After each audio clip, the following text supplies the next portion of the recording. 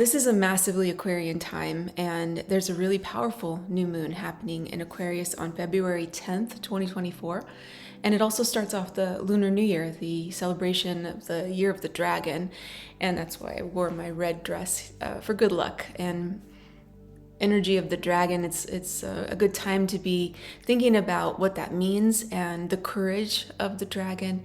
It's a good time to be digging into Aquarius as well and learning more about that story. So first a little story, then the Sabian symbols and what this whole thing might mean for you, and a little something else at the end. One figure in mythology that's used to represent the Aquarian archetype is Prometheus.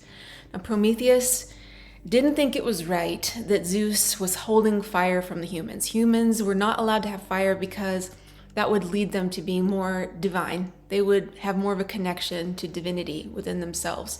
And Zeus didn't want that. He wanted to keep all the divinity to himself. Prometheus felt that was intrinsically unfair, unjust, and so one night he goes and steals fire from the heavens and he offers it to man. When he does this, it's like a final purchase, no returns.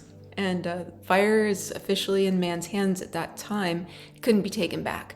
Now, needless to say, Zeus was very, very unhappy with this, and he decided to take out his vengeance on Prometheus. So Prometheus was sentenced to be chained to a rock for the rest of eternity. And since he was not a god, he was actually a titan, but he was immortal. He was not impervious to pain, however, and his punishment was to be chained to this rock. An eagle would come and eat his liver every day. Because he was immortal, the liver would grow back. So the eagle would have food the next day as well and have something to eat. This happened every day. It was going to go on for eternity, but then Hercules came along, and there's a whole other part to the story there, but Hercules freed Prometheus. Now, Prometheus was an idealist.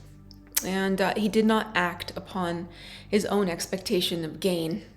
Obviously, he knew that it wasn't going to work out well for him. Zeus was Zeus. I mean, once Zeus saw that the fire was in the humans' hands, somebody was going to have to pay, and Prometheus knew it would be him.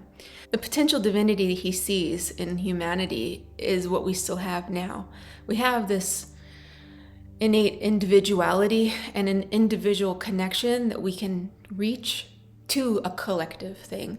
It's all really complicated because that's that whole dichotomy of Aquarius, the individual and the collective, but it works beautifully.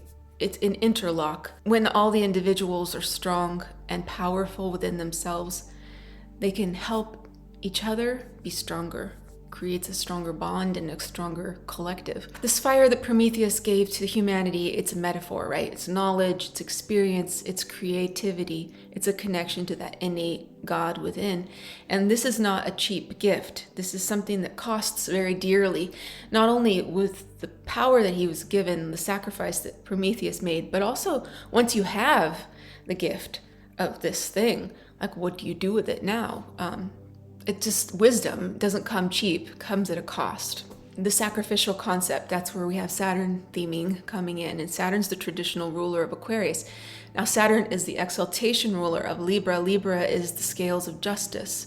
So Saturn's really into fairness and balance and bringing things to an equilibrium.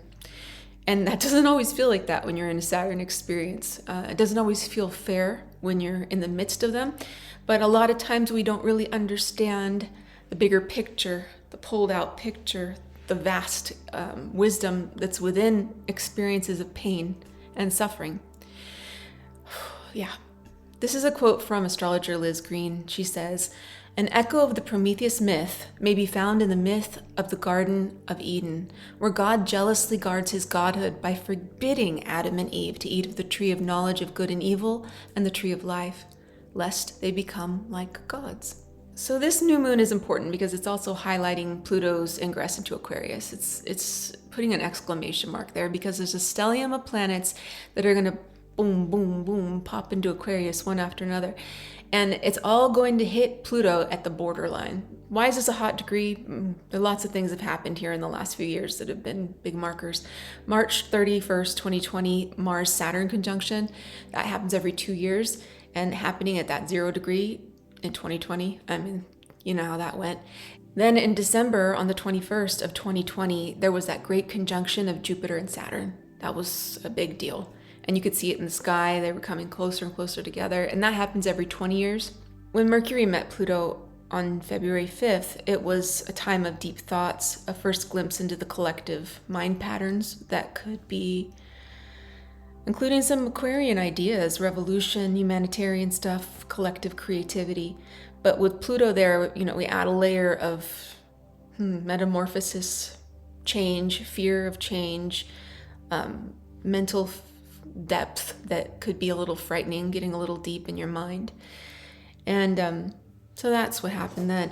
Then we have on February 14th, Mars is going to make a conjunction there with Pluto, and then Venus gets it on February 17th at that 0 degrees.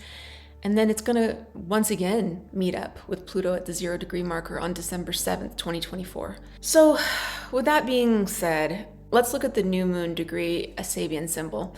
It's Aquarius 21, a woman disappointed and disillusioned, facing emotional pain with stoicism. Things go wrong, we get upset, but we must carry on.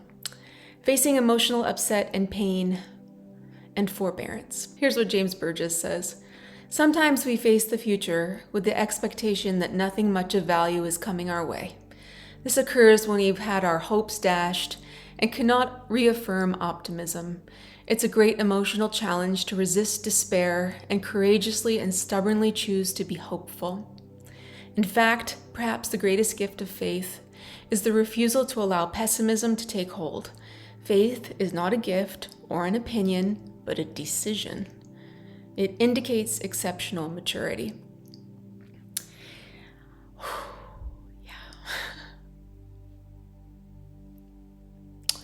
Yeah, you can probably tell I'm struggling a little bit.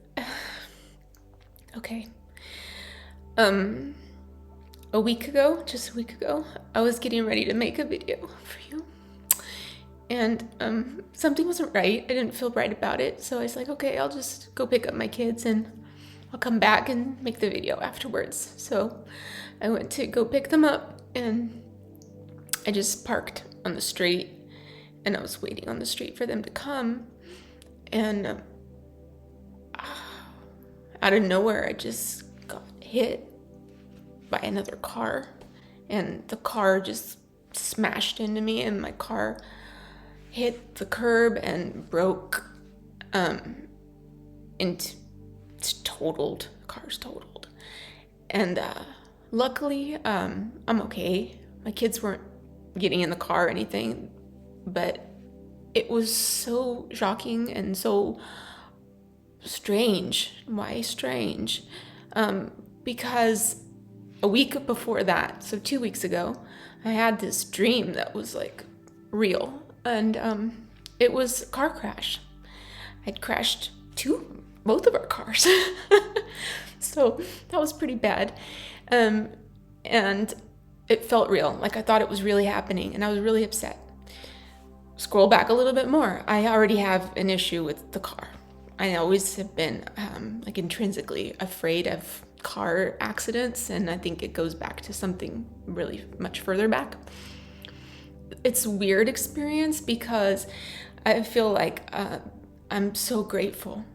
And even within something horrifying, I have to find so much gratitude in it because I walked out and my car's destroyed, like it's totaled.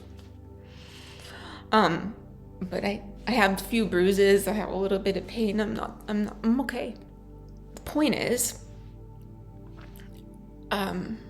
it was a huge fear of mine getting in a car crash. Like literally every day I'm worried about it.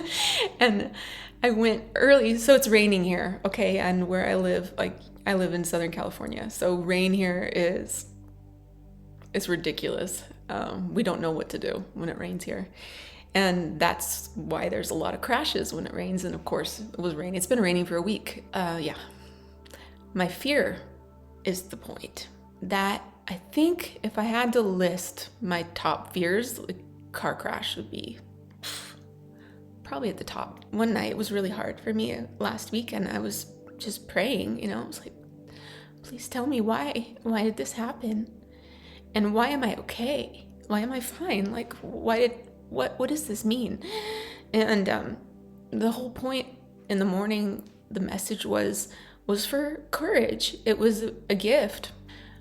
When you have something happen that's like your greatest fear and you're okay afterwards, you face emotional pain with stoicism, you're free. You're free. And it doesn't quite feel like it yet because it's still scary. And if you've been through something like this or worse, I'm like, that's the other thing. I feel like, why am I so emotional? It's like, I'm fine. The kids are fine. The kids that crashed with me are fine. Nobody died. And man, it could have been so much worse. And that's sort of where your mind goes. It's like, wow. Anyway, my 15-year-old was very stoic. And he said, don't worry about it, Mom. This is just the way it's supposed to be. And it's nothing compared to what it could have been. It could have been really bad. So when you feel like this, or you feel sad, the best person to look to is Friedrich Nietzsche, of course. I'm not kidding, actually. This is the book, Human, All Too Human. And sometimes I just open up my books when I'm feeling a little down or whatever, and, just try to see if there's some message that will just come up. And so Nietzsche has all these like ideas numbered, and this is number 106. It's called At the Waterfall.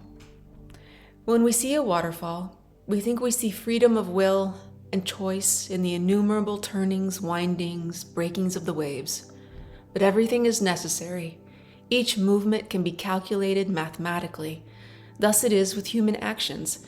If one were omniscient, one would be able to calculate each individual action in advance, each step in the progress of knowledge, each error, each act of malice. To be sure, the acting man is caught in his illusion of volition. If the wheel of the world were to stand still for a moment, and an omniscient, calculating mind were there to take advantage of this interruption, he would be able to tell into the furthest future of each being and describe every rut that wheel would roll upon. The acting man's delusion about himself, his assumption the free will exists, is also part of the calculable mechanism. Now, what Nietzsche's saying here is that there's fate. And no matter what I would have done differently, when something happens, I know you've had experiences like this, and you probably think, well, if I would have done this differently, or would have gone there, or would have done this. Honestly, I was supposed to go 10 minutes later. The plan was for me to go later, and I didn't. I was trying to avoid driving in the rain and giving myself more time and trying to be prudent and trying to be good and try to be smart and avoid an accident. And I got myself in an accident. And I wasn't even doing anything. I was just sitting there on the side of the road. There's some fate in life. And that's something we can look to as a strength. To know that things happen, like if things have happened to you that have been challenging, I'm sure there have been challenging things, that was part of the cards that were being dealt to you. And the free will is in how we go from there. Okay, that goes back to James Burgess. Faith. Faith is not a gift or an opinion, but a decision. Another quote that I heard recently, and I can't remember where it was, but it was, great genius is always of and beyond its time. I think that was in a physics book that I'm reading. But great genius is always of and beyond its time. That's very Aquarian. Aquarius is the change maker. It's ruled by Uranus and Saturn.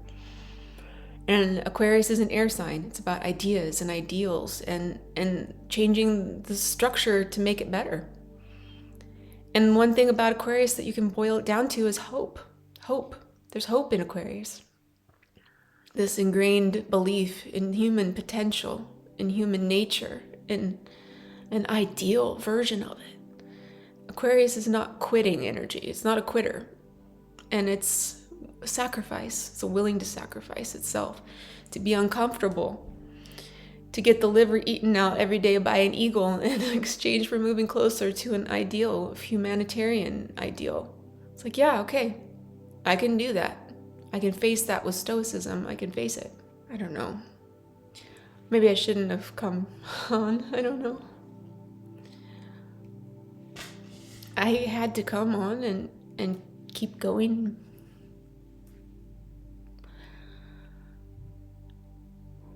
One time I had a reading with this lady, and she was a really interesting person. Not everybody's interesting, but she told me that she had a really bad accident, really, really bad accident once, many years ago. And since then, she couldn't listen to music. She couldn't listen to music. And at the time, I was like, how can you not listen to music? Like, even still, she can't listen to music. And she loved to dance. And because she couldn't listen to music, she couldn't dance. And at the moment, I was just like, I felt for her, but I didn't understand, really. I felt it, but I didn't understand. But after, my experience, it was the same. I couldn't listen to music. I couldn't read. I couldn't think. And I just thought of that lady, and I thought, wow, this is giving me wisdom. Now I can understand her. I can feel her.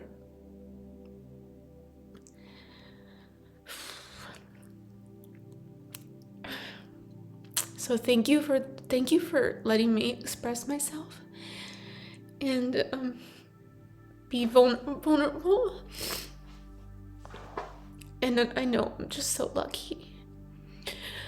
My hope is that this reaches somebody that needs to hear it. I don't know.